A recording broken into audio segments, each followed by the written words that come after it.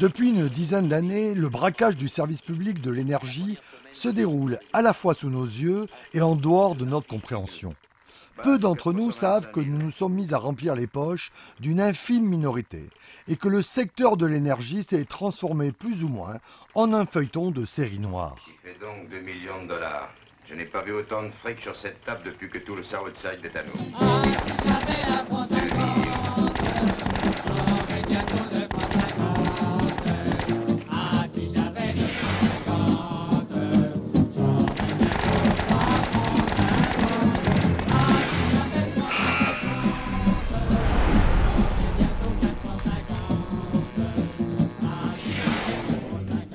Notre ami Jean-Louis Borloo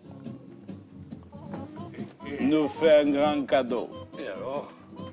Champagne. Nous sommes le 24 décembre 2008 dans le bureau parisien de Don Michael. Le syndicat de la casse des services publics est à la fête. Il faut dire qu'ils ont de quoi se réjouir. Oh! On se calme, hein? La veille, le ministre de l'écologie du gouvernement de Nicolas Sarkozy n'a pas failli à la tradition des cadeaux de Noël.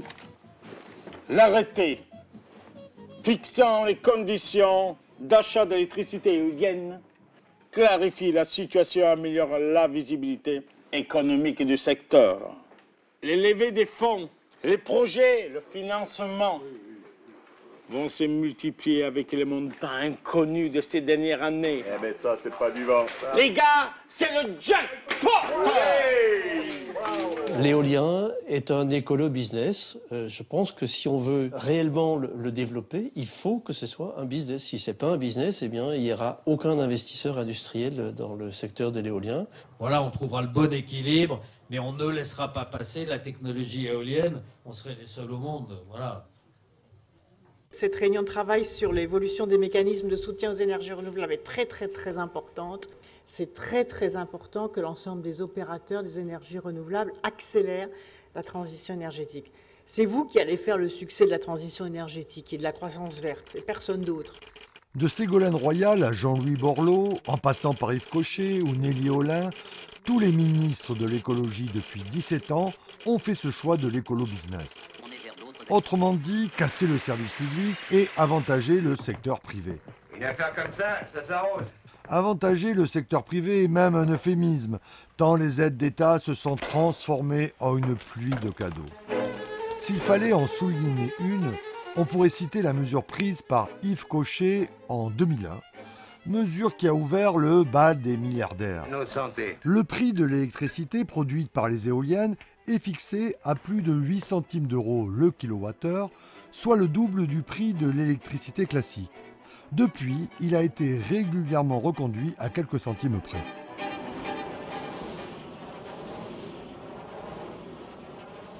Ici, sur les terres fertiles des Hauts-de-France, les éoliennes se sont mis alors à pousser aussi bien que les céréales.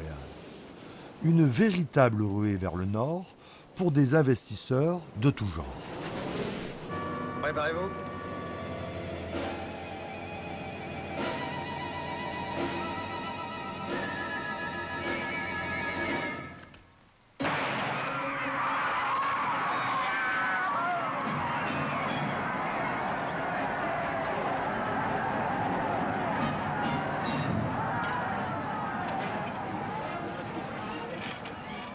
Les premiers promoteurs que j'ai rencontrés, donc, c'est EOLRS.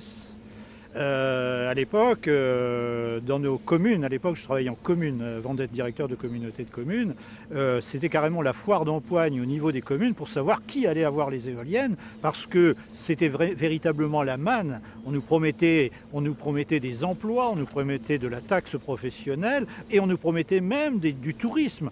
Il y a des quarts entiers de touristes qui allaient venir visiter ces merveilles. Très clairement, à l'origine, j'étais favorable à l'éolien. J'ai cru, comme une grande majorité de Français, que c'était le moyen de se débarrasser du nucléaire d'abord, et puis aussi le moyen de redynamiser nos territoires ruraux. J'étais convaincu qu'on avait trouvé là la solution au grand problème de l'énergie et de la préservation de la planète. Oui.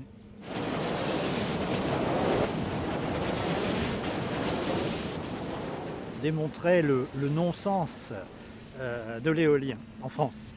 Le 1er janvier 2018, il s'est trouvé qu'il faisait relativement bon et par contre, il y avait du vent. Donc, il y a eu une production très importante de l'éolien en France, mais aussi en Europe, sauf que 1er janvier oblige, il y avait très peu d'entreprises qui tournaient et donc on avait besoin de très peu d'électricité. Résultat, sur le marché, l'électricité, qui était carrément en surproduction, se vendait pour rien. À un moment, il était coté à moins 15 €. Moins 15 €. C'est-à-dire que EDF paye pour revendre de l'électricité en tarif négatif. Ils ont acheté à 82, ils payent 15 € de plus pour s'en débarrasser, voilà. Ce qui fait 97 € chaque mégawattheure. Voilà. Enfin, je dirais de leur poche. Oui, si, enfin de la poche du consommateur. De la poche du consommateur. Et alors pourquoi de la poche du consommateur, monsieur? Parce que tout simplement, le consommateur paie ça au travers de cette fameuse taxe qui a été instituée et qu'on retrouve sur nos factures d'électricité qui s'appelle la CSPE. Il faut retourner la facture. Il faut retourner la facture.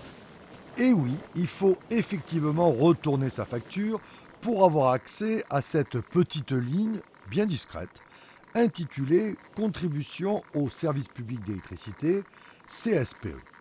Dans ce cas précis, la note s'élève tout de même à plus de 88 €, soit près de 16% de la facture. Vous n'êtes pas plus avancé pour autant si vous ne savez pas à quoi sert justement cette CSPE. Eh bien, elle permet tout simplement de rembourser EDF, qui a obligation par la loi d'acheter toute l'électricité produite par les énergies renouvelables, notamment, comme on l'a vu, les 82 € le mégawattheure de nos éoliennes.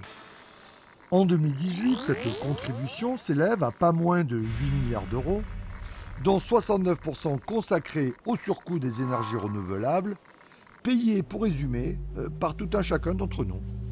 20 millions de mégawattheures d'électricité sont produits chaque année et donc ces mégawattheures sont achetés donc par EDF au tarif, j'indiquais, 82 € et revendus, si on considère au prix moyen, à 45 €. Donc il suffit de faire la multiplication pour prendre l'ampleur du hold-up, puisqu'il s'agit d'un véritable hold-up. Alors les montages financiers, c'est assez opaque, ça on n'a pas vraiment accès. Ce qu'on sait par exemple, c'est qu'il y a des gens qui sont spécialisés dans l'installation, la promotion et la maintenance d'un parc éolien. Comme ici, on voit, c'est marqué Enertrag, mais ce n'est pas du tout le propriétaire. C'est un prestataire. Le propriétaire, ici, c'est un fonds de pension qui est basé à Londres. C'est vous, Patrick, qui parliez de parc à Ribemont qui a été vendu, revendu, et vous ne savez pas même maintenant à qui ça appartiendrait peut-être. Le développeur, c'était Eolres, un fonds de pension anglo-saxon. Dans les 6 mois d'exploitation, revendu à Iberdrola, des Espagnols. Et 2-3 ans après, revendu pour moitié à Énergie Renouvelable et moi Jean-Louis, General Electric, les Américains.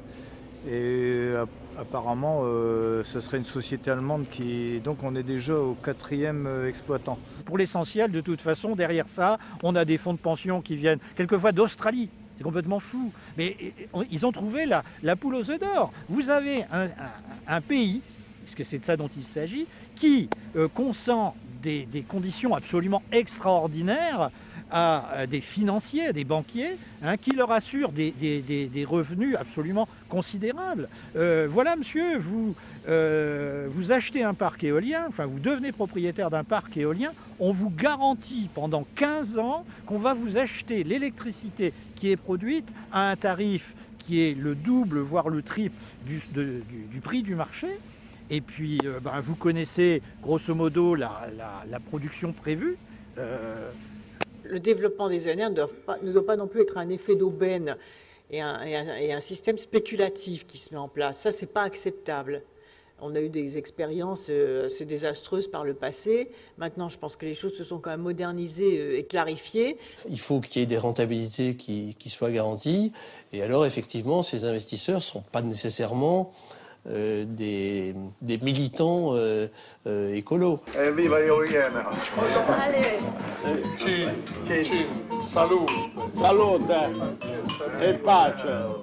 Et puis c'est des opérations de verdissement, on va dire. C'est-à-dire que tout d'un coup, on se donne une image vertueuse et écologique, cette fameuse image qui est véhiculée dans les médias.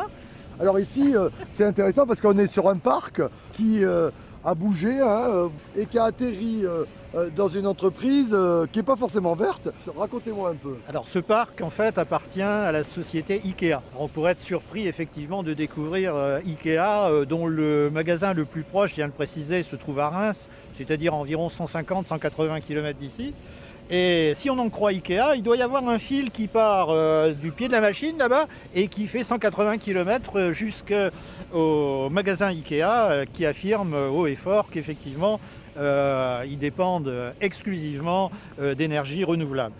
Donc, c'est ça. Ils ont vendu cette opération à la presse et il y a plein d'articles de presse qui parlent de ça, comme quoi maintenant ils éclairent leur magasin avec l'énergie renouvelable. Avec les éoliennes de Noyal, ce qui est formidable, oui, oui. L'électricité qui est produite ici donc, est vendue à EDF 82 € le mégawattheure. Donc ça c'est la première chose. Donc, et EDF gagne des sous avec. Donc ils gagnent de l'argent. En plus, ça leur permet de disposer de bons à polluer, ça c'est le deuxième élément, et surtout, c'est un système d'optimisation fiscale. Et des sociétés comme Ikea, on en trouve un petit peu partout. Vous avez aussi, par exemple, Bricorama, qui est propriétaire de parcs éoliens, et vous avez tout un tas de sociétés comme ça. Le fait qu'on puisse faire du fric, et même d'une manière un peu tordue avec des énergies renouvelables, on le fait avec tout. Donc le fait qu'on les fait avec les renouvelables, dans des conditions qui ne sont pas claires et qui ont échappé un peu au pouvoir public, me scandalise, mais en même temps ne m'étonne pas, parce que c'est un phénomène général du néolibéralisme de faire du fric avec tout et n'importe quoi. Quelle mémoire de moineau ce Yves Cochet. Il a complètement oublié que c'est lui, ministre en 2001, qui a fait que certains aujourd'hui se remplissent copieusement les poches de manière un peu tordue. Et c'est grâce à lui, entre autres, que le département de l'Aisne est devenu une terre de jeu pour les nouveaux aventuriers de l'éolien. En une dizaine d'années, environ 500 turbines ont vu le jour, sans compter les multiples projets en étude.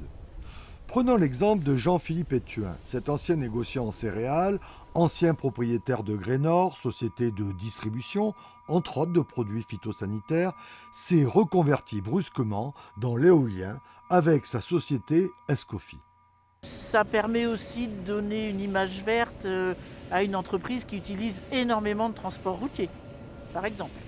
Oui, parce que le négociant, c'est celui qui transporte normalement les céréales. Ce qu'on appelle les intrants, ce qui va être nécessaire à la culture, les engrais par exemple, et puis qui d'un autre côté va aller chercher, acheter la récolte. Donc c'est des camions sur la route, c'est énormément de camions et c'est énormément de péniches. Dans la commune de Landifay et Bertheignement, Jean-Philippe Ethuin installe actuellement le parc de la Mutte, composé de 6 turbines. L'agriculteur propriétaire de ces terres est connu ici pour ses élevages industriels et géants de poules et de taurillons. Un sacré écologiste aussi.